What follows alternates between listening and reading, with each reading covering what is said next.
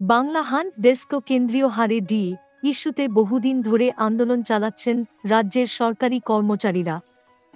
High court পেরিয়ে এখন মামলা গিয়েছে সুপ্রিম কোর্টে। তবে সর্বোচ্চ আদালতে বারবার পিছিয়ে যাচ্ছে ডি মামলার শুনানি।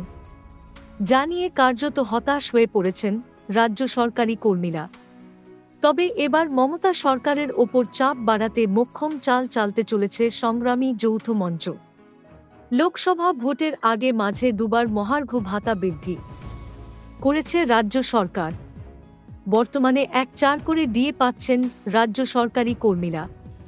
তবে তাতে খুশি নন অধিকাংশই।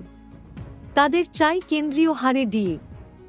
এরই মধ্যে শোনা যাচ্ছে এবার পশ্চিমবঙ্গ বিধানসভার বর্ষাকালীন অধিবেশনে ডি ইস্যু নিয়ে সরব হওয়ার আবেদন জানিয়ে বিধানসভার বিরোধী দলনেতা শুভেন্দু অধিকারীকে চিঠি লিখল সংগ্রামী যৌথ মঞ্চ।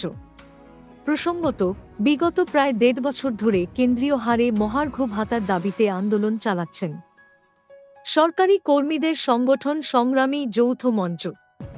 আগে একাধিকবার তাদের আন্দোলনকে সরাসরি সমর্থন করেছেন শুভেন্দু অধিকারী। সংগ্রামী যৌথ মঞ্চের সভাতেও গিয়েছেন। অন্যান্য রাজনৈতিক নেতাদেরও দেখা গিয়েছে।